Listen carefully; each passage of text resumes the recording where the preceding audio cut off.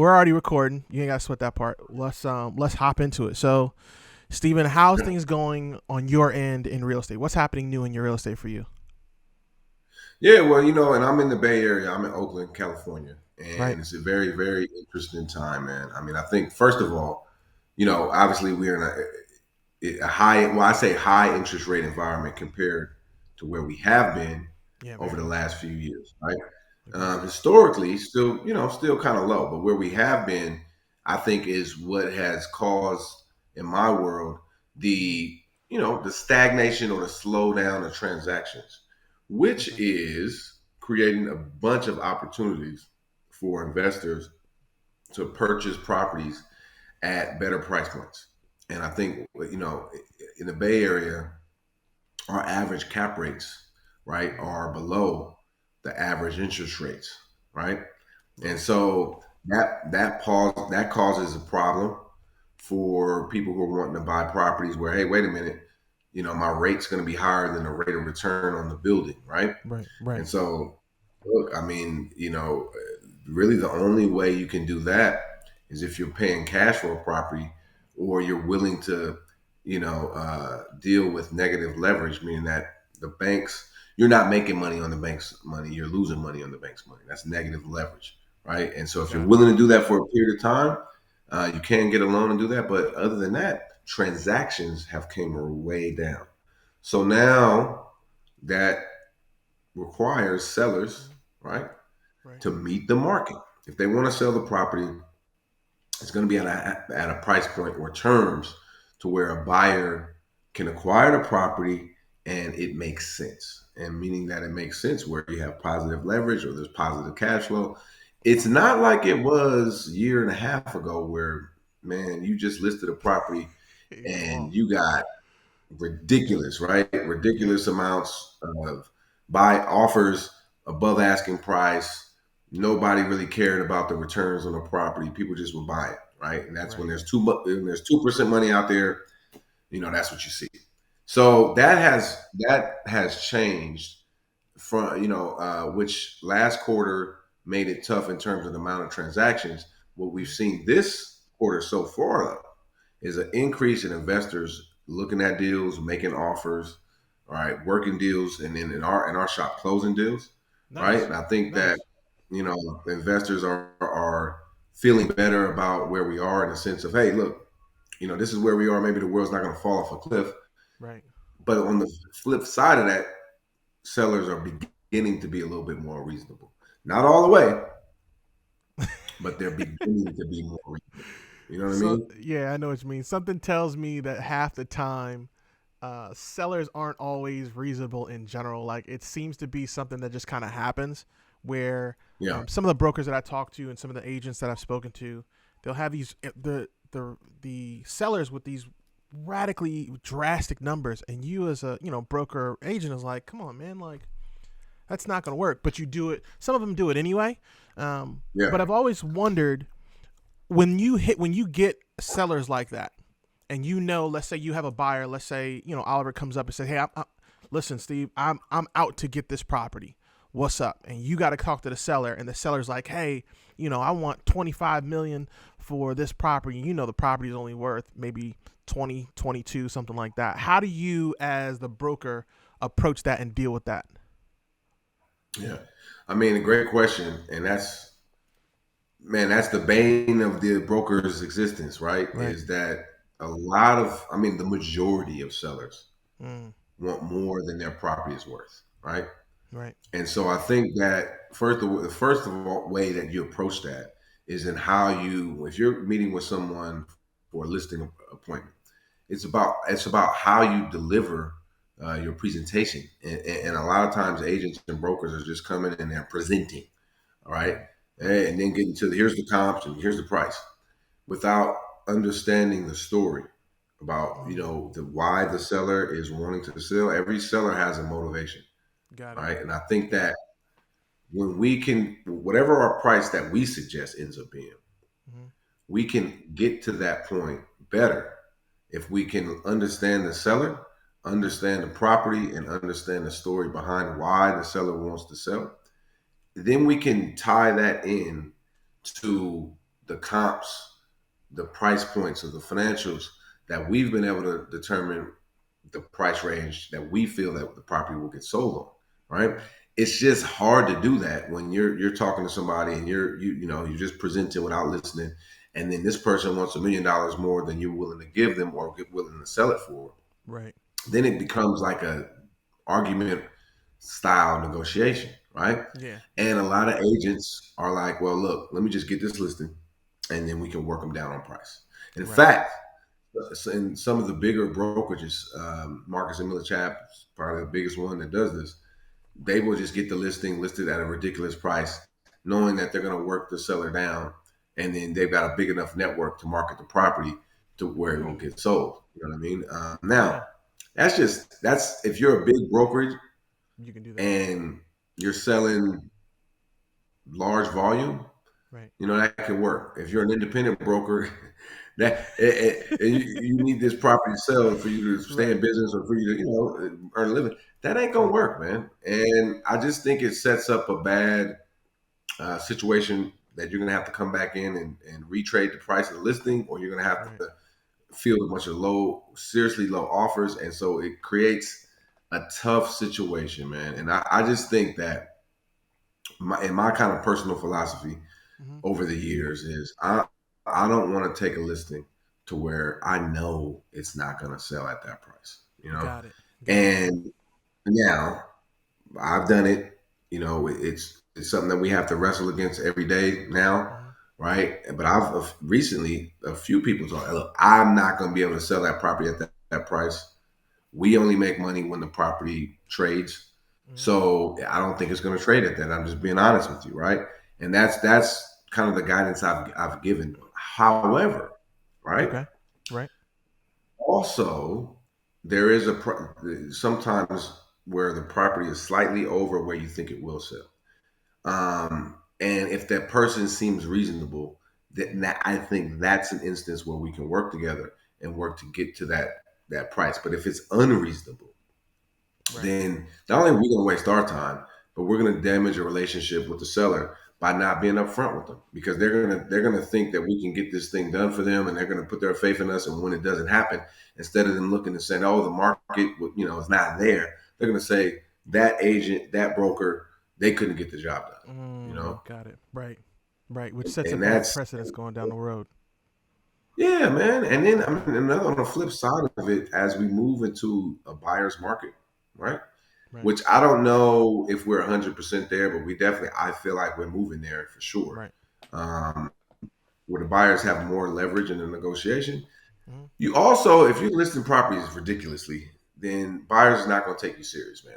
And we're moving into the point where you want to have a solid, stable book of business who are buyers, Right. active investors, you know, that are making deals happen. So if you're coming at them and you are not, and your prices are way above reality, then they're going to think, well, this is just a person who's getting a listing just to have a listing. They're not someone who's really trying to, you know, look after my interests and get me into a good investment. So you have to blend, when you're a listing agent, you're a buyer's agent, you got to blend that. But you got to look at the end of the day, we in the game got to be more realistic to the real price points. And that does Right. everybody justice. You know what I mean? Yeah, I know what you mean. I know what you mean. Here, so let me ask you this too. Then you have been done both. Like you clearly got a deep understanding of the market, particularly your market as well as the market overall, right? And I've seen on your YouTube videos, you're very detailed and you're very direct in what you're getting. You get to the meat and potatoes and you're out, which is awesome for somebody to watch as a viewer. For you, as Yeah. someone who is both an investor and as a broker, you've been an investor, you've been a broker, you've been an agent. Does the abilities transfer as an investor to agent to broker, or is it as like an investor it's a waste of time to be a real estate agent, it's just better you just keep going? What's your opinions on that? No, man, and that's an amazing question because look, at the end of the day, we all want to be full-time investors. Well, I wouldn't say all, Yes. but I mean, it's a great aspiration to be a full-time investor. I got into the business first in the investment game, Mm-hmm. and then I morphed into sales in '06 when it was just easy money. You know what I mean? Right. It was easy money. Right. All Sell that. itself. You know what I Got it. mean? Yeah. It was easy money. What I found in '09, though, when I started my brokerage, was that I wanted to learn how to build a company. You know, Okay. and we're all entrepreneurs. If you're an agent working for a broker, you're kind of an entrepreneur because you're under that brokerage, but you're an entrepreneur for sure.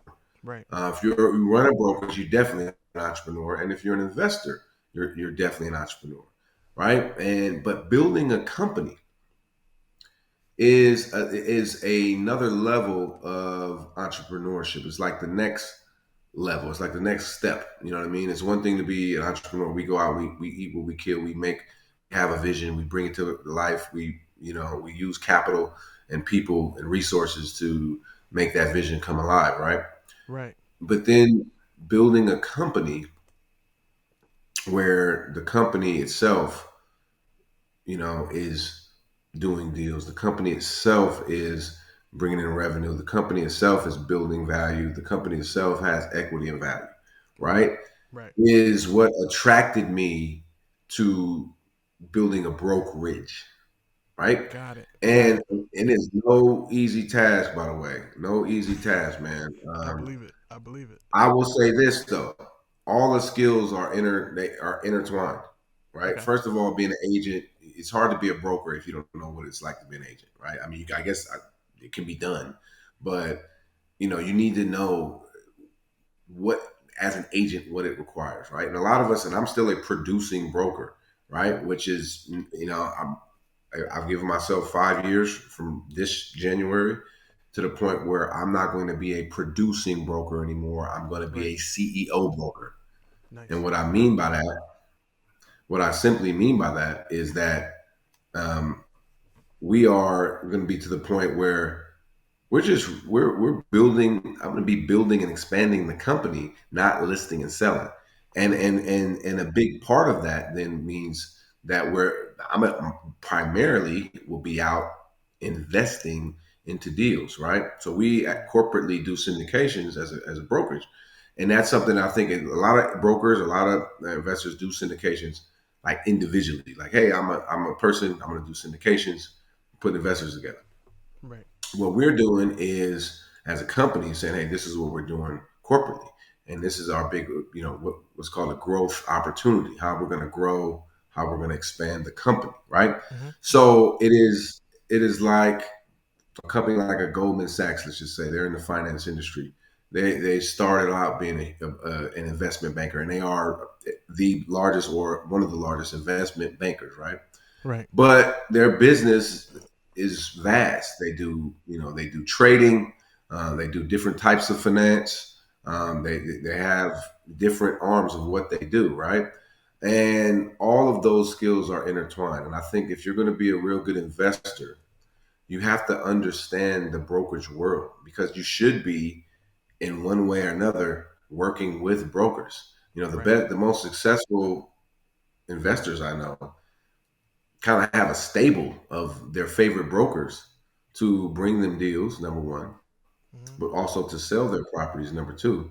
And then maybe number three, more importantly, to advise them, you know? Um, you know, doing deals is a lot of work. And Yes, it is. the investors that are set up, they got extensive teams. And there's different levels, right? Like institutional investors, Right. big companies, right? Right. They have internal teams um, on salary and payroll and all this, but they still work with brokers, right? Yep.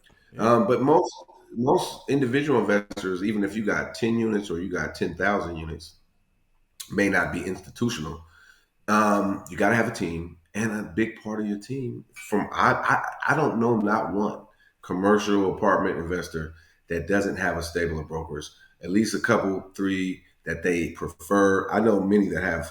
Now, some of them have too many brokers, right? Because they're just like, hey, Right. just bring me a deal, Right. and so Right. there's a lack of loyalty. But the best, they have a crew, and they stick with them. So I think that as an investor, knowing and the best thing we as brokers and agents do is hunt down deals. You know what Right. I mean? We hunt Right. down deals. Every deal that is before it hits the market, it was an off market deal, every single one of them. Absolutely. And you know what I mean? That's what we do. What do investors want? Well, they want off market deals. Right. So investors hunt for deals as well. But most probably, I would venture to say, now residential can be different. But if we're talking multifamily commercial, most of the off market deals are going to be brought to you by brokers. Yep. And most brokers have a stable of off market deals where they've been talking to sellers, and the seller says, hey, look, I'm not going to list my property. But you bring me a buyer, then we can do some business, right? Right. And I Right. hate to hear that. But we hear it all the time, and so that's just part of it. And then if I talk to a buyer, says, "Hey, look, we're in exchange. These are our requirements," and then I know their requirements, and then I know what's out there in the marketplace. Then I can bring those two together. I bring value to both parties, and we, Right. we get a nice we get a nice fee for it. Right. And that skill set transfers directly into investing, Right. right?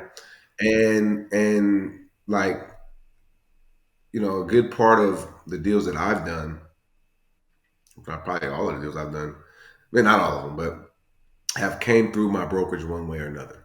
Right. So like, okay, we find a deal, we do a lot of marketing, we see something, and we may think, okay, well, this might be a good acquisition, and we can go after it. Or one of the agents comes in, and that's really where I'm trying to get to, Right. is having my agents come in and say, hey, Steve, this is a good looking deal. This is one you should buy, or this is Right. one you should do. In your group of investors, you have a buyer for this, right? And so a lot of the deals we list property and sell them as well, but a lot of the deals that our investors or we acquire comes through our process of finding deals, right? And that's what I Okay. think you have to cast a wide net. I think real professional investors, they are also looking for deals on their own, but also engage brokers. Right. I get there's a couple companies here in California that are funds, and their acquisitions managers, or heads of acquisition, they reach out to me, and I'm sure all the other brokers that are doing something on a regular basis. Say, hey, this is what we're looking for. I got an exchange, or this is what we're looking for in your area. You find something off or on market, you can represent us. We just need a deal, right? And so I think that when you asked about the answer, it's a long-winded way of answering your question, but the skills intertwine Yeah. directly. Yeah. And also, I think for agents and brokers listening, because most of us, if you don't aspire to own property, you should, because it's like if you're a Cadillac salesman and you're driving a Honda, you know what I mean? And there's That look nothing wrong with wild. Hondas. Yeah. That just look wild. It just looks weird. And there's nothing wrong with a Honda, but you Right. over here telling people about the benefits and amazing of the Cadillac world and the brand, and it's so awesome, but you pulling off in a Honda, you're Right. not eating your own cooking. You know what I'm saying? And so, like, Mm-hmm. it's so many agents, man, who haven't built up an investment portfolio. I know a bunch of agents who are investing in stocks. I was like, hey, nothing wrong with the stock market. You should invest. We all should, to an extent. But it's like, Right. how you selling real estate every day, right? But you're not owning it, right? And so, Mm-hmm. especially if you're selling investment property, when you own it, you can have a different conversation with your clients because you're Right. one of them. Maybe you're on a lower, you have less units than them, maybe, or maybe you Right. have more, but you can give them guidance from experience and not just from education. Although, don't let if you don't want to have properties, don't let that stop you from working with investors. But Mm. what you should have is an ambition, a drive, of to get to that point. And I think so. So therefore, I think the skills are interrelated. And there was in the single family world, there's a big for an investor single family world. It was a big Mm. kind of, and I don't hear this so much now, but early on in my career, the 2000s, a lot of people would say, well, don't get your license, man, because once you get your license and you're sitting down with sellers, you got to disclose stuff and you got to be honest and all this kind of Mm. stuff because you Right. have a license. You can't defraud people. But I'm like, I don't think, look, if I'm doing deals, I don't want to be dishonest with people. I don't want Right. to, you know, put the wool over their head, so to speak. I'm not trying to bamboozle nobody. I'm trying to get a good deal as an investor, Of and it's course. not. And so what I had when I got going, an old broker tell me, look, a bunch of people say don't get your license. That's hogwash. Get your license, Mm. and you can tell people, you can explain to people what you're doing. And if you're trying to buy something, you're trying to buy something at a discount, you just tell them, hey, we can get the deal done if it's a cash deal or whatever at this X amount price. Hey, we can list it. It would take a lot longer. You make it more, but you're gonna have to pay more fees. You're gonna have to go through this. And if Right. you and he was saying, if you give people the option and you tell it to them straight, 9 times out of 10 they're gonna want to do the deal directly with you anyway. Yeah. And if you structure it right, you can get a commission out of it. So And that's what I was I gonna just say think too, that Steve. That's what I was saying. I yeah, didn't mean to cut you off, but even when you no, do it's that, perfect. you're getting paid either way. You're gonna get a W out of that, right? If they sell, you're Yeah, gonna get a win either at the yep, price that you want higher over a longer period of time, or I'm gonna get the cash price because either way, as the agent or as the investor, you're gonna get something out of it. So it always seems interesting to me that sellers will give people a hard time when you literally have brought them in to help you sell a property. You didn't say, hey, I want to sell it at 10 years from now. You want to say, hey, I want to sell it as soon as possible or within the next 3 or 4 months. So if that's the case and the person you call in says, hey, this is how it is, this is what I'm looking at, it's mind blowing to me when they're like, no, I don't want to do it that way, or I don't agree, and you're like, okay, cool, but this is what it is, yeah, yeah, yeah. I mean, and that's a great point, man, because it's like it just I just think that if we're honest with people and Mm-hmm. we shoot straight, that it's going to work out. And if it doesn't work out the way you want it to, if you lose a deal for being honest, I guarantee you're going to make one up. You know what I That's a mean? fact. If that person is like, hey, look, I'm trying to, look, this is the comps and this is what you could get, and they end up, not wanting to do a deal with you or not listing with you, right? But they go Right. somewhere else, but you kept it real. I just think that it's going to come back to you in another deal. It's kind of I like agree. I just live by the principle: you reap what you sow. So you sow these seeds, and I know people who don't live by that and do probably a lot more deals than me. But that, like for instance, for you, your listeners, me, my listeners, people I'm you know, trying to speaking to or whatever, I'm Mm-hmm. gonna always advocate for shooting straight, being a stand up person. Things are gonna work out sometimes. Things are not gonna work out sometimes. Right. But I think if you roll like that, more often than not, that it's going to work in your favor, especially if you're a real estate investor. You know what I'm Yep. saying? Absolutely. Because there's not a lot of people or an agent broker. It's most people is not rolling like that, man. And when you do that, it stands out. Somebody is going to appreciate that and Right. want to break some bread with you, That's absolute fact. Let's go man. back a little bit. Earlier, Yeah, and this is something that I'm learning. So you're going to be teaching me a little bit as we talk about this. You mentioned that the best investors that the bigger one, not just the bigger ones, but the ones who are doing well, always have a yeah. stable of brokers. As an investor working to figure it out, they're out here working and building their team. What's the process in getting a hold of a broker? And then on that note, how do you, matter of fact, we'll approach how do you know it's a good or bad after that. But for now, let's answer the question, or can you answer the question, how do you go about finding brokers and being able to work with them? Well, excellent question, man. And there's a few different ways, right? Okay. Now, the tried and true method is Right. looking at listings, Okay. and when you look up listings that you know represent what you're looking for, Right. right? So you look for apartment buildings, and you pull up LoopNet or CoStar or Crexy, whatever, Mm-hmm. in your market, and you see somebody they've got a couple listings, or you want to reach out to those people. You generally want to talk to people who are active, right? Right. But then, so when you talk to them, it's about relationships. Some people are more transactional. Mm. I think from an investor standpoint, Mm-hmm. you definitely want people that are more relational. You know, in a sense of if you're working with someone long term, because they're going to think about you first when they find a deal, and they're going to be looking out for you because they know, hey, if I not only find you a great deal, but if this person makes money, Mm-hmm. they're going to use me over and over again, right? So, So you Steve, want to find some, before you continue, go into a little bit of what that conversation sounds like versus yeah. the transactional, so people understand the true depth of what you're saying. Yeah, no, and thank you for asking that because I think that's you hear this transactional brokers people. Okay, so a transactional broker, when you call them about their listing, Hmm. they're just going to talk about their listing, and they're going to pre-qualify you for their listing. Got Oh, it. what are you looking for? You like this? You got capital for this, and to come and see this property, boom, boom, whatever. You know what I mean? And then let's say you go see the property. Let's see work with them, or even write an offer, do a deal with them.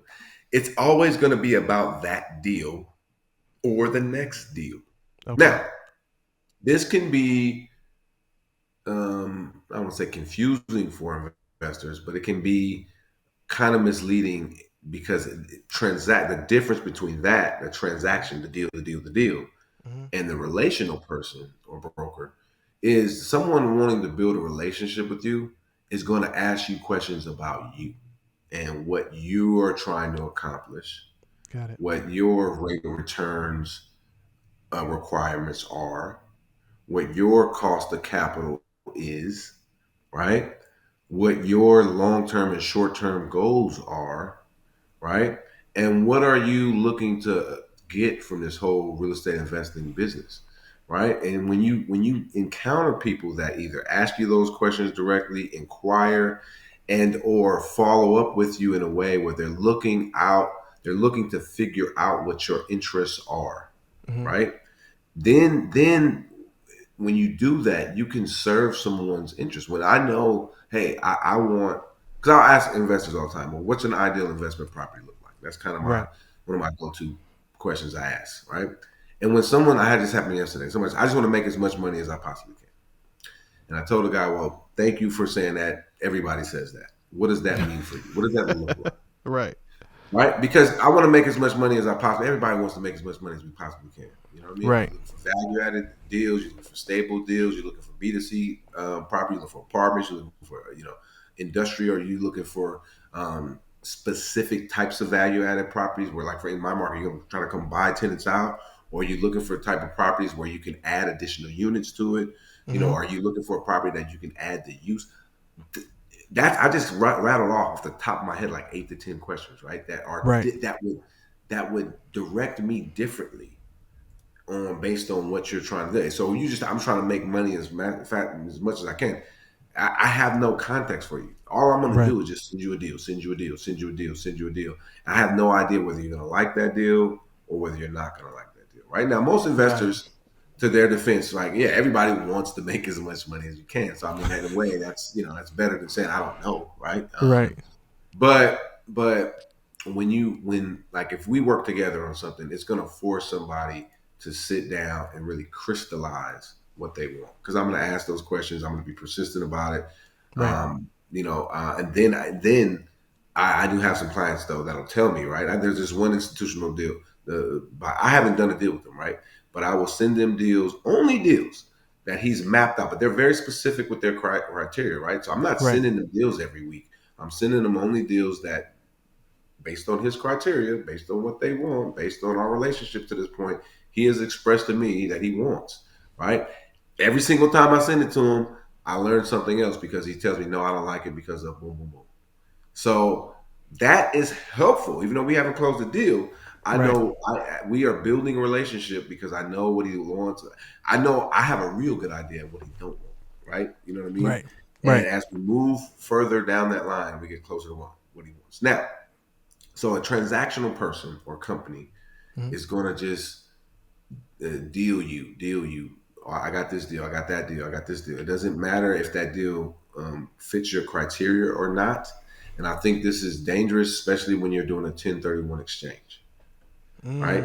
Okay. Because what happens is you need to buy a property, right? Or you're going to pay a bunch of money in taxes. When you sell a building, you are doing an exchange. So a big brokerage house, I'll go back to Marcus and Millichap because they're not no shade against them, but they're the big guys of the industry.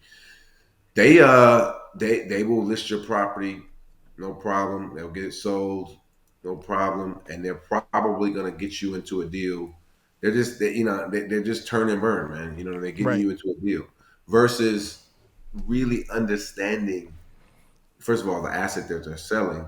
Right. And when you do an exchange, you should be acquiring a better asset, not just deferring taxes. The deferral of taxes, in my opinion, is the icing on the cake. You know what I mean? Right. So Yeah, it's absolutely. buying a better asset.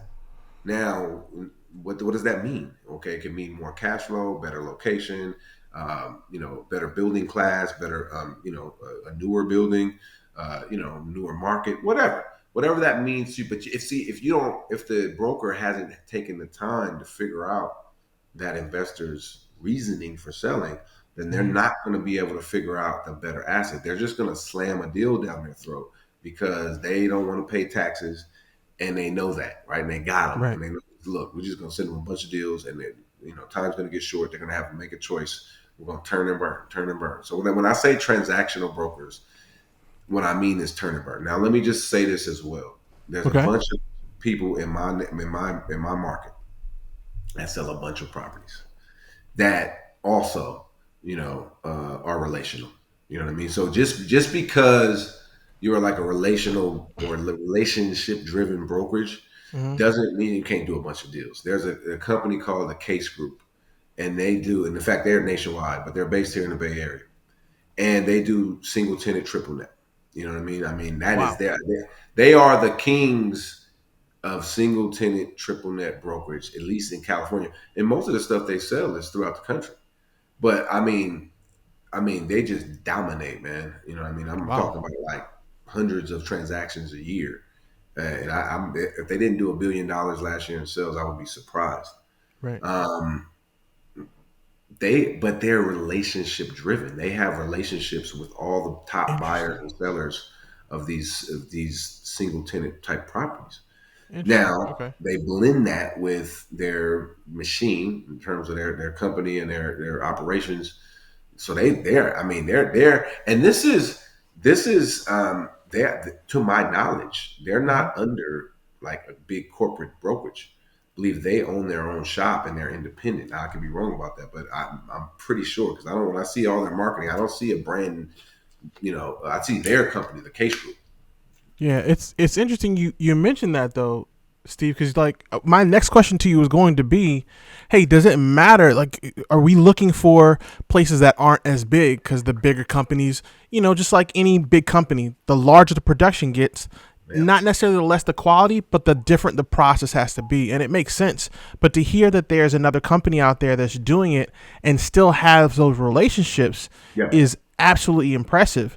Yep, yep. Now, No, it is, it is. And I admire, it's competitive, right? In the brokerage world, absolutely, it's competitive everywhere. We got the Super Bowl coming up, right? You know what I mean? Football. yes, I'm we a big do. football guy. It's basketball season. Whatever sport you're into in America, Right. it's competitive. Everything's competitive. School's competitive. Brokerage Yep. is not, no exception, No right? different. Right. So, and investors and developers even more competitive. If we're honest, right? So this is Right. what we all do. So, but for me, I like to study what's going on, and I can appreciate people like the Case Group because they are consistent and they're beating the big boys, at their own game, Right. and they're doing it in a way where they have a good name, they have a good brand, they are delivering value for their customers, and for me, that gives me motivation. It says, "Hey, look, man, this can be done." All right? Now, they're single tenant, triple net. Right. Um, Most That's of what I do, nuts. and look, man, that's hey, look, and the cool part about it, you know how retail properties have taken a hit over the last few years, right? Mm-hmm. Mm-hmm. These dudes are. It's like none of it mattered to them. Right? I'm on the list, and so I get an email about a deal they close every week, and I'm like, man, they just closed a KFC, they just closed a portfolio of Dollar Generals, they just closed a Walgreens, and I'm like, man, we're Wow. in this pandemic, and they're doing all this stuff. So it just shows that you can be relational and Right. still close a high volume of deals. Now, it's difficult. And I would say this is my challenge as I am looking to scale, right? The more clients you get, the more deals that you're doing. And I would suggest for investors probably the same thing. The more, especially if you syndicate, the more investors you have, or more buildings, more tenants you have, right? Right. Just it becomes more of a challenge to deliver the same quality of service Right. when you were smaller. You know what I mean? So it requires everything of you to grow and expand. Absolutely. However, it can be done. It's being done every day of the week. We can do it now, and I really don't think you have to sacrifice your value system or building relationships with people just to turn and burn. You know what I mean? Right. Yeah. It just may require better systems. It may require better lead conversion. Uh, Right. it will definitely require a better team that you got. You know, but I think we Absolutely. can be transactions. So that's what I say. For investors out there saying, how do I know which broker to work with? Well, first of all, you got to work with somebody who's got business, right? Because it ain't Right. gonna help you. And listings, because you are looking to get to listings maybe before they hit the market. Now, a broker who's been in the business a while, they have relationships. They're probably going to have three to five top clients to Right. when that deal comes, they're going to send it to those people first. Why is that? Because they closed with them before, they know they can perform, they like working with them, type of thing. So when you're new or you're new to that relationship, you know, you've got to kind of build it, Absolutely. and let people know, especially what'll help you is closing a deal and doing what you say you want to do. Even if, look, the deal takes longer, the lenders, right now, like we're all having challenges with lending, right? The lender, maybe falls out the end, you got to go. But I've had deals, right, where the deal fell apart. But Right.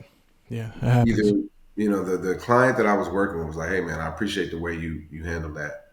Or even I had with other brokers, I had a deal. There's this guy Phil who's now one of my agents, but he was Hmm. with another brokerage, and it was a grueling deal. And the seller, his client, actually was underhanded and did some fraudulent stuff. We ended up in court and all this stuff, right? Wow. But when it was all said, it was a grueling deal, and the seller, his client, actually was underhanded and did some fraudulent stuff. We ended up in court and all this stuff, right? But when it was all said, appreciate what you're doing. You know what I mean? And you know that comes through just being a straight shooter and being doing what you say you're going to do. Don't come to these investors and say, "Hey, I can do a $10 million deal all cash," and then when they bring you one, right? Right. And then you're like, "Oh, I have to call these other people, and then I got to go raise the money, and so on and so forth." You Right. want to be upfront about what you are and what you can do. You want to be consistent. You want to show them that you're serious, and then you also want to have a couple of them that you're working with. You know what I mean? Right. Now we all want the investors to only work with us. That would Of be great. course. Of course. I mean, That it's would not. I don't be see nothing wrong with that. I get that. I 100% get yeah. that. Right, right, and that's just part of business. Now, I think that what I find more often is that Mhm. investors do typically have one or two, maybe three, that Right. they will list properties with. You know what I'm saying? Mm-hmm. But investors will have multiple brokers to find them deals because one broker is not going to have all the deals. You know what I Right. mean? Of course not. And that's Yeah. just facts, right? One Right. broker ain't going to have. You could be the top 1.1 whatever percent of your marketplace. Somebody else is still going to have a deal you don't know about, One hundred right? percent. So that it makes sense to have. That's as an investor, you want to have make sense to have those relationships, and then those agents or brokers can bring you deals. Mhm. And it's like if you have a broker that you're working with on everything, and then someone else brings you a deal, and you know, you can't as a broker, you can't be mad about that. No, such Yeah. and such brought them a deal. It was a hell of a deal. They did it. They did it. They made money. You can't be mad at that. You know what I mean? Now, I do know some people who will not do anything if it doesn't go through a particular broker. I have a couple clients like that, and I love them. If another Interesting. broker brings them a deal, they're going to call me and say, "Steve, what do you think?" You know what I mean? And hey, Right. they'll tell the broker, "Look, hey, I appreciate you bringing me this, but I need Steve to look out after me." Right. You know what I mean? And those are a dime and a dozen. I will tell you that much. You know, but for certain people like that, they want there's certain people that value advice and guidance. Now you got to be at a level where you can give that, and that comes through some years of experience, man. You can't just come straight in the game and expect people to. I'm only working through Yeah. him unless That's that's right. your Yeah. auntie or your cousin or something or your Right. mom's. But yeah, when you develop an expertise, then people will work with you. And I think there is something to be said as an investor Hmm. is to have someone like that because you're going to get hit up. Once you get out there and you get your name out there, you get to the brokers of the world, and every investor should be doing some kind of marketing for deals, right? Absolutely. Just some kind of market. It's a business. You are running a business, by the way. As in real estate, that's what makes us a little bit. Some you can passively invest in real estate. You can do that, but if you're an active investor, you're running a business. At the end Yeah. of the day, Yeah. so you should be marketing yourself in some way. But having someone that you can call and say, "Hey, man, what do you think about this deal?" or "What are your thoughts?" and somebody who can actually analyze a deal and give you objective advice. Oh, that's critical. I had a client call me up and she's looking at a 12-unit condo portfolio. Mm-hmm. And she was like, she called the broker because she saw it. And then she called me up, "Hey, I want you to follow up with this guy. Let's look at the numbers. I like this neighborhood. I think we can do it." Right? Right. Um, I got the package back from the broker. It's funny. We text each other almost at the same time with the same thing. Just basically the numbers was all bad, man. You Right. know what I mean? And it look ugly. And she knows I'm gonna tell her that. I could have Right. said that, hey, it's a $2 million deal. Let's just get it done. You can make it. But I can't do that, man. I've Right. closed 9 transactions with her before, Absolutely. right? This is just one Absolutely. of my, A-list buyers and sellers. When she gonna sell something, she gonna call me. So when she calls, so think about that, investors that's listening. Having somebody that is gonna have your back like that is worth its weight in gold, especially because Absolutely. we, unlike an attorney or some other professional consultant, we don't get paid to a deal closes. You don't have to pay us some $10,000 retainer to get quality advice. In fact, like on that deal, when I'm not gonna make anything on that deal Right. because we not doing that. But I know I value the relationship, so I can easily text her and say, "Wow, these numbers are not good. It's a negative cash flow without a mortgage." We looked at and so all of y'all listening, right? You can if I don't care if you buy houses all day long or you buy hotels or sophisticated leveraged buyouts of companies. We can all look at a profit and loss statement, right? And some are more complicated than others, but we can look and see if it's a negative on the net income numbers, right? And okay, all right, well, that's the problem. Now, well, let's go dive into it, right? Right. And Right. when you look at the numbers, a lot of times people will send you a profit and loss statement where they have the mortgage payment in the expenses, Mm-hmm. and you have to look out. So that's the first thing I see because property management softwares are kind of like that. So we're looking at net income, thinking that okay, that's what I use to pay my mortgage with, right, or NOI. But a lot of time, the mortgage payment will be in the expenses. Just that's a lot how a lot of systems are. We know that the debt service is not an operating expense, right? We looked at a set of numbers where I saw a negative net operating income. I was like, all right, well, let's take the mortgage payments out. Maybe they're paying hard money. Maybe they're paying high rate. When I looked and I saw, well, there's no mortgage payment calculated in these expenses, then they are losing money Yeah. before they pay a mortgage. Right. Right. That's a flag. That's an immediate flag. Man, that is a red flag with a captain pirate symbol on Not the it. pirate skull. Oh, not the You pirate know, skull. that's like them pirates in the ocean Yep. trying to take over the fuel tankers. You know what I'm Yep. saying? That ain't cool, man. But saying all that to not to belabor it, but you want to have a team of brokers that you can trust and that have deals Mm-hmm. and that are looking to develop a relationship with you. You know what I mean? And other people in your team, of course, as well. Accountants, insurance people, attorneys. We we attorneys is like can't live with them, can't live without them type of Yeah, thing. that's a You know what I fact. mean? That's a fact. You got to have them on there. You know what I mean? Title. And look, let me just tell you, title and escrow is also very, very important. I know every state. Now, Oliver, Sure. which state are you in? So I'm currently in Baltimore, or not. Baltimore's not a state. Lord forgive me. Anybody, stop laughing. I know you're laughing and listening. Shut up. I'm in Maryland. I just happened to. I was gonna say Baltimore, Maryland. Don't you judge me. I hear you judging me over here. Yeah. But You're a yeah, I'm, Ravens I'm in. fan, right? No, absolutely not. I am a Carolina Panthers fan, and it's been tragic for me for a little while now, since '95. We've been struggling. Oh man. Well, y'all had a couple years when Cam was on top. You know what I'm saying? Yes. Just Well, even didn't then, work like out. we get to the Super Bowl, we take the L in the Super Bowl. I'm Yeah. don't get me wrong. I'm greatly appreciative that I got to the Super Bowl, but I'm not Yeah. gonna lie to you. As a younger franchise, I wanted the W. 100%, I Yeah. wanted the W, and that's just Yeah. that's just me. But don't get me Yeah, started yeah. about the No, Panthers. I you will. right. You Man, this will right. turn into a football podcast real quick. We'll be here all day, man. We Right? can definitely talk ball, man. That'll be the next one.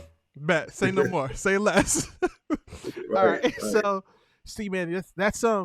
What's interesting is what you said. I have a couple case proof of cases, and just to back up what you said, and for those who are listening and watching, I got a couple friends.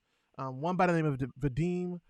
He works for a company called Fairwinds Capital out of the Norfolk, Virginia, Hampton Roads area, and Vadim has done amazing things within a year time span of him really dedicating himself to the game of multifamily real estate. And one of his biggest things, he and I talk, we go back and forth, and he'll tell me, man, the most important things is relationships. He has had more deals come across the board from somebody he talked to 3 months ago, 4 months ago, who he had a positive interaction with, and that deal comes across. So I say that to say to those of you listening and watching, whenever you are out here looking at brokers, understand, even if the broker cusses you out on the phone, fusses you out on the phone, just remember the relationship is something you need to be after. So don't be Right. that guy, don't be that gal. Yeah, Work with them as much as possible. If they go to the left road, okay, got it. You ain't gonna work with them again. But I can tell you right now, the multifamily world is small. So the guys who yeah, screw you over, screw somebody over, that gets over to the next person. Um, yeah, it does. so yeah. So with that Yeah, said, it does. Steve, and you got a lot of things going on, so I know how busy you are. It took us forever to get us both on here at the same time. So Right, with that right. said, I don't want to waste your time. I definitely we're gonna have to get back on and do this again. But in the meantime, Yeah, we're gonna yeah, do let's hop straight into the our two sections. First yeah. one, Steve, as you know, is the what do we call it? I'm blanking. Hold on. Wait. Troop to task. That's what we call it. We call it the Yeah, troop it to is. task. All right. So Yeah, it we're is. doing the troop to task. What the troop to task is, for those who are listening and watching, is Steve's going to give you one thing you can do right now in your life to help you push yourself to the next level in your real estate career. And with that said, Steve, the floor is yours. One thing you got to do right now to push forward your career in the real estate investing world is you need to track and measure your incoming lead flow. Mm, Right? Track and measure your incoming lead flow. What I mean by that, well, how are you sourcing deals? Right? And you should, by the way, have multiple ways, whatever that is.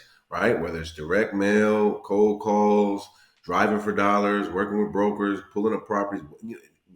You need to track and measure, first of all, how many leads you're getting on a weekly basis, mm-hmm.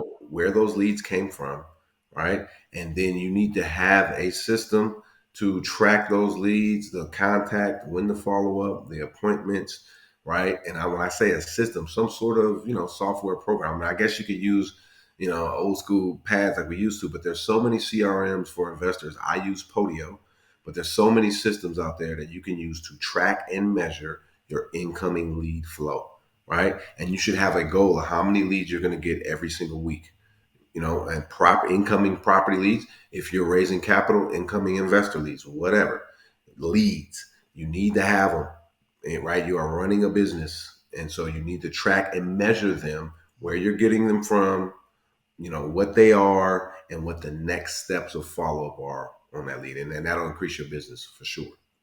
I love it. That's excellent advice. Now, with that said, we're going to get into our next segment. So now we're gonna get into hot seat, and I got some game show music these days. So we're gonna see how this pops off. Here we go. Oh yeah, ladies and gentlemen, boys and girls, welcome to the show. Today we've got another illustrious guest. Today we have Mr. Steve Peterson, who's going to help us out with these questions, and we're going to have a good time here, ladies and gentlemen. So thank you for tuning in, and let's get right into it. So Steve, welcome to the game show. Thank you. Um, Glad to be here. dude, I'm working on this. This is amazing. All right, Nah, it's so good. so first question, my friend. First question. We're gonna give you 5 questions. None of these have to do with real estate. They can if you'd like. But you and I are gonna answer these Perfect. questions. We're gonna have ourselves a good time. So first Good. question is, what's an unwritten rule you believe everyone should follow? Hey, look, it's the golden rule. Do unto others as you would have done to yourself, man. I like Just it. look, pay it back, pay it forward, man. Whatever you would do or have done to someone, that's how you should roll. Don't Don't treat somebody a certain way and then expect a difference when that time comes back to you. You know what I mean? Right. So keep it real. Do unto others as you would have done to yourself. I like it. I like it. I will say mine. Man, what is I believe, and actually, this is technically a written rule. Well, no, yeah, in some places written, some places not. When you're on Yeah, the yeah. highway, if you are going 40 on a 60, listen, I'm gonna need you to stay out the left lane. Just please, But for the love stay of out the God, way. just stay out the left lane, man. People Yeah, are trying to yeah. go places, right? And they trying to go fast. I don't want you to be a And victim, yeah, right? And I yeah. don't want to be stuck behind you. So that's mine. All right. So first It's a good question one. down. First question It's a down. All good right. one, Next man. one. Steve, what do you exaggerate about the most? Raider football. I saw that And coming. we will be going to the bowl next year once Aaron Rodgers comes in Mm. to home. Mark my words on this podcast. Raider football will be back again, again. Once Aaron Rodgers will be wearing the silver and black, throwing to Devontae Adams. You mark my words right Listen, I'm gonna write that down. I'm gonna write that down to check this. What's this time mark? What's the time mark? 53:32. Got it. 53:32. I'm marking that time mark. So what's now. gonna Yes, happen sir. is when and if that happens, I'm going to send you that clip. And if it doesn't, I'm gonna still send you the clip. Hey, look, we've been going to the Super Bowl every year in Mm, August for the last 15 years, man. got it. Uh, Let me tell you, you know what I mean? got it. Got it. Tracker. Like so for me, the thing I exaggerate the most is any story that involves me doing something to someone else. When I was playing soccer, I Yeah, was a goalkeeper. If I yeah, punched a player in the head, which I did do a couple times, going after the ball, it wasn't my fault. Their head got in right, the way of me getting to the ball. Not my that's problem right, at that point, right? But man. in my story, it was a 10-time KO. I'd knocked all the grass off the field by hitting him in the head, and I went all the way in. Yeah, So he just came so at you you know, wrong, man. You had to defend your turf, man. You had to, exactly, exactly. stand tall. He said something about my mama, so I had to knock him out. Um, so, so let's go to the Yeah, next question. Next question, Steve. When you get home tonight, what's the first thing you do? man. Work out with my kids. Really? That Okay. and that's yeah. So and my son, all I have three kids. They all athletes. My son will go from 7-on-7 football practice today. He'll go wrestling after that. And when we Love get it. home, we go. My girls, we're gonna do some track drills and some squats. And my son will get it. And we work out. We work out pretty consistently, man. I'll tell you, working out with my kids, man. When I first come home, it takes all the stress off Okay. and it gets me into just a great.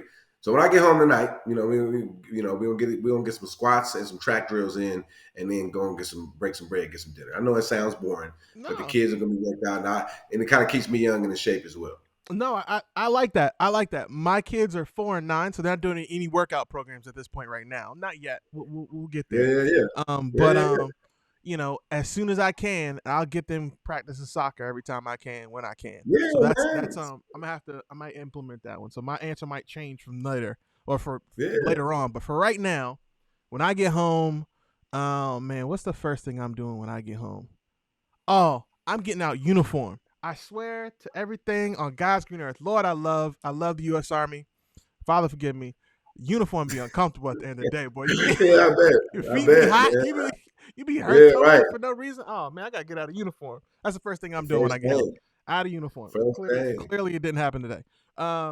Next, next question. If you're a professional wrestler, Steve, what would your name be? Well, Superfly Jimmy Snooker is already taken. You know what Wait, I'm what? saying? I've never heard that one. All right. Superfly Jimmy Slicker is already that was from back in my day. Uh, if I was a professional wrestler, Yeah. would you would have to call me? You would call me LG Smooth. Okay. Okay. I, I would be LG Smooth. Okay. You know what I mean? I Okay. got all the moves. Okay. You know what Got I it. mean? And I don't know where I got that from. It just came out of nowhere, and it sounds good. Look at LG there. Smooth. I'm about to make that. I'm about to make myself a alter ego. LG Smooth in the house. Listen, You know what I next time, mean? next time we get an interview, you gonna have a face mask and everything. Coming here, ready to go, ready Somebody to can go. sign me. I just need to gain like 20 pounds or 30 pounds of muscle. That's all. That's Yeah, all I just need. yeah, that's gonna push the interview back a little bit, just a little bit. Good gracious! All right, so for me, what would I go by of a wrestler's name? Um, mm, I probably go for something unsuspecting like Tiny. maybe maybe Come on, like bigger. yeah Tiny. come in hulking just huge for no Yeah, reason they call me Tiny. right. Maybe like the big camo, maybe Big O is a cartoon I saw when I was younger, and There you Oliver, go. it works, it just There works. you I go. like it, I like it. I like it. All right, I cool. like it, man. You gotta do Next that again, question. man. Right, next question. I'd You'd like to see what band forever? This is a Mmm. tough one, this is a toughie. Banned forever. Band forever. Forever band. Man, Can't do it no more. man. Okay, so I gotta think about this. We talk No about that. sweat.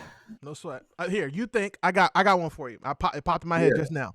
All right. So, um, as I spoke, I am a soccer player. I used to be a soccer player relatively consistently.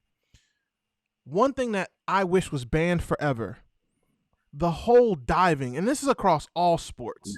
This turned Yeah. into a sports podcast. I'm sorry, y'all. It's a sports podcast now. I don't know what to tell you. Yeah. All It's cool. sports, Yeah. right? Stop flopping, man. Soccer is probably the most notorious for it. Now it's leaked into basketball. It's Ooh, leaked into yep. some. You don't see it too much in football, but it's leaked into basketball, and it's leaked into a couple other sports. But soccer is the most notorious for it. And you got other players like French, Germans. Now they coming into NBA, and here we go with the flopping, bro. Unless you get your ankles broke, I don't need you flopping. If somebody shake you off, if Kyrie give you the business and put you in a Yeah. spinner, all right, I get you grabbing your ankle and rolling across the court, right? I would do it Man, too. I would do it too. You gotta man. save face. Hoop players be like curling up like a baby when they Yes, catch a foul. You know what I mean? like Be like, oh, you know what I dude, mean? Oh, they catch it. You know what I mean? dude, it's a It's like, no, fact. that's a good one. That's a good one right there. Because they would just be like, look, they should start throwing flags on that. They Hmm. should start throwing flags when people do that kind of stuff. See, but You know, and the problem is, Steve, though, the same people who are throwing the flags are the same people who allow it to get to the point where it's at now. If they had right. to start nipping it in the bud, we wouldn't be here where we are. God, dog, I'm getting frustrated Man, now. you up. I mean, I know it, man. Getting I know it, passionate. man. You know what I'm saying?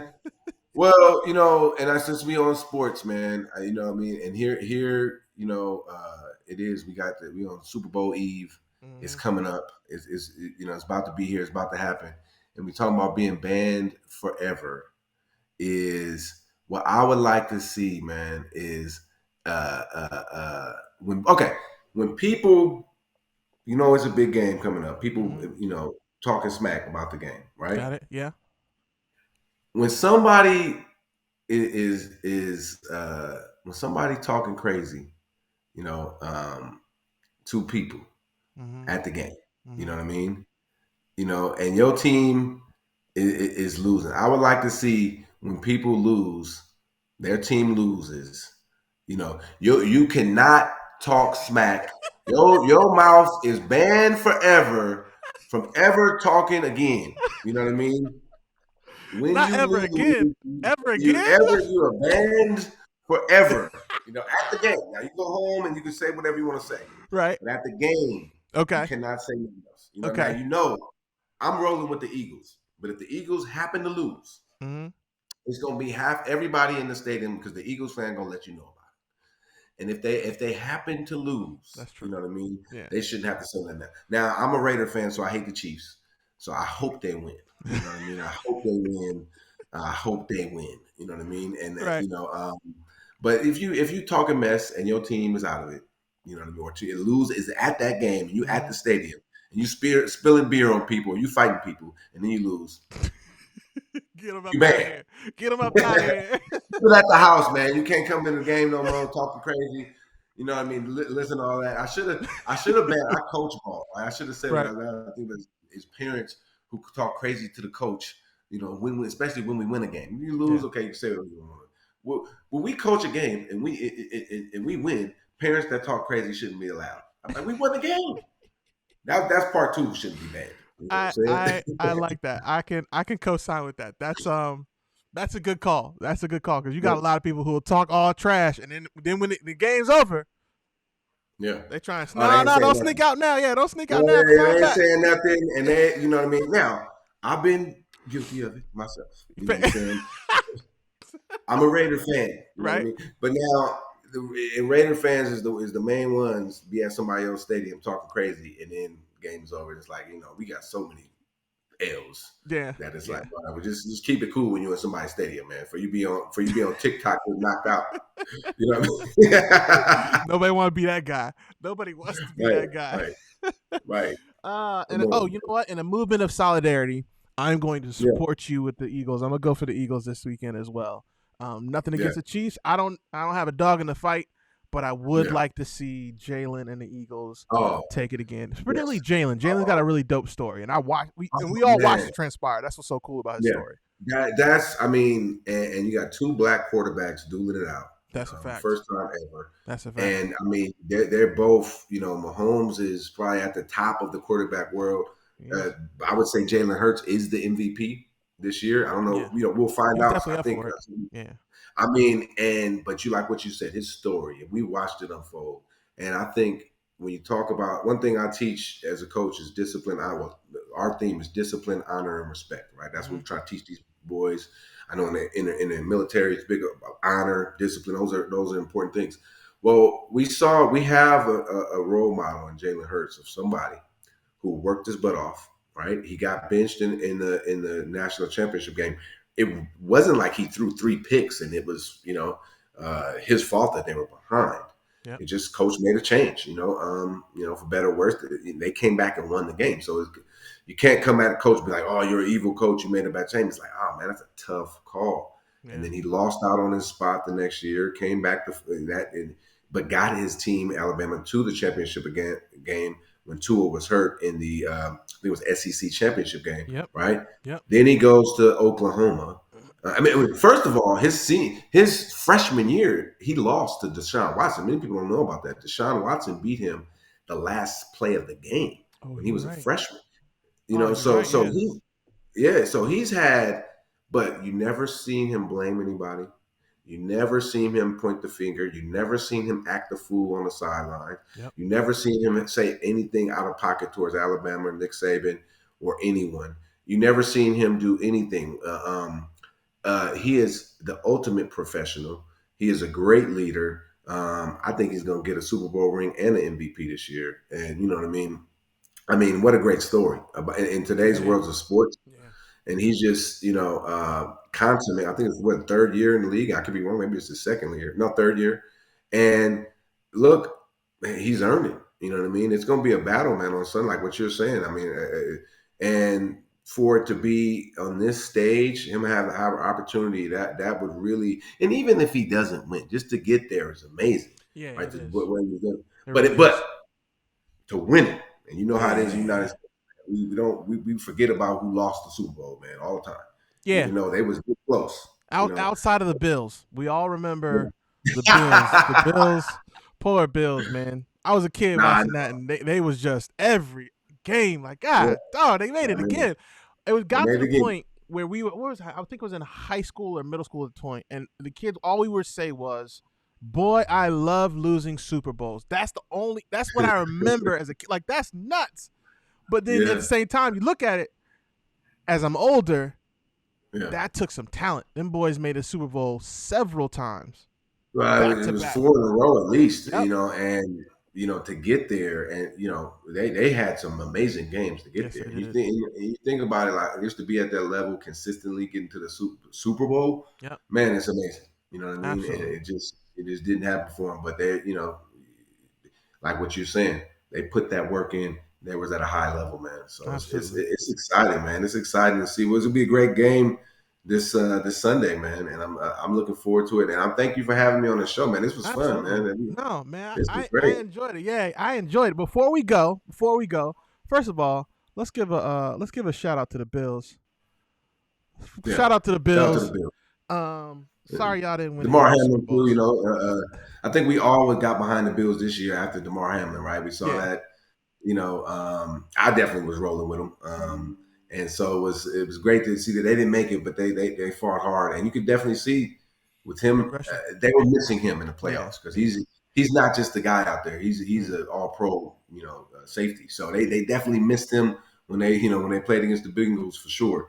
But shout out to them and their whole organization for the way they Absolutely, handled absolutely. I'm still a Panthers fan, so I guess y'all kick rocks. I love you nonetheless. it. All right. So, Steve, Yeah. how can people get a hold of you and reach out to you and connect with you? Well, okay, couple ways. I mean, you can always go to our website, infinityinvestments.net. But we ask you to go to our YouTube station, Infinity Investments, on YouTube, to stay tapped in with our content.